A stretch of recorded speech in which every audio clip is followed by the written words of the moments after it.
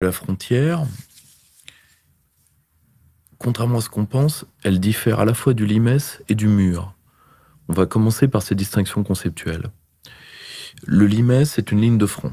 C'est les lignes impériales.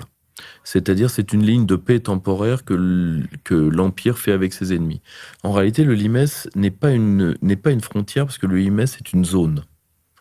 Et c'est une zone temporaire d'arrêt de combat. Alors vous me direz, il y a toujours un espace transfrontalier. Oui, c'est l'espace normal de la circonscription. Quand vous êtes dans la circonscription, vous êtes dans un espace entre deux choses qui s'entremêlent à l'ultime point de contact. C'est normal. Le limès est un peu différent, parce que le limès n'a pas vocation à être séparé pour toujours. Il a vocation à être séparé le temps que la force impériale qui l'a installé trouve soit la force, soit les moyens de l'étendre davantage. D'accord ? Quant au mur, c'est une frontière ratée. C'est-à-dire que vous n'avez pas réussi à faire une frontière politique, vous n'y arrivez pas. Et comme vous n'y arrivez pas, vous faites des murs. Évidemment, les deux plus connus étant le mur Amérique-Mexique ou le mur qui sépare Israël de la Cisjordanie. Mais il y en a beaucoup d'autres. Il y en a dans le sous-continent indien. C'est l'échec de la création de frontières politiques. La frontière, c'est autre chose. La frontière, premièrement, est une membrane. Donc, c'est une membrane, et comme toute membrane cellulaire, c'est une membrane de contact et de séparation. Claude Lévi-Strauss le remarquait, un corps social, comme une cellule, meurt de deux manières. La fermeture autarcique et l'explosion à tout vent.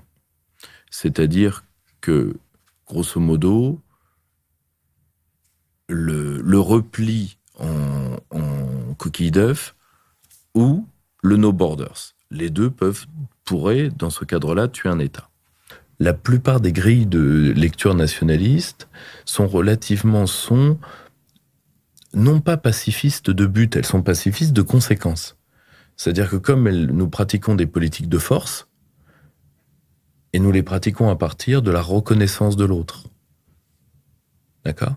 C'est-à-dire que il est différent de moi, mais il est chez lui. Et donc on essaye d'entrer dans un jeu d'intérêt où il n'y a pas de surclassement moral. C'est pour ça d'ailleurs que le nationalisme est si mal vu en Occident. Le dernier dirigeant nationaliste, c'était le général de Gaulle.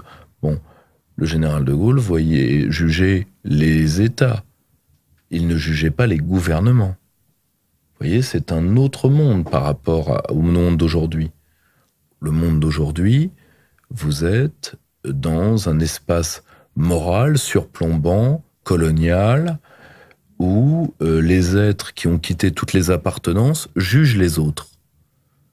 C'est-à-dire, grosso modo, vous avez 400 millions d'Européens en train de crever, un tiers de la population américaine représentant la côte Est, qui est en train de crever tout autant, et qui se permet de juger les X milliards d'êtres humains restants au nom d'une morale surplombante. Alors que tout le monde s'en fout et deux personnes ne leur a rien demandé.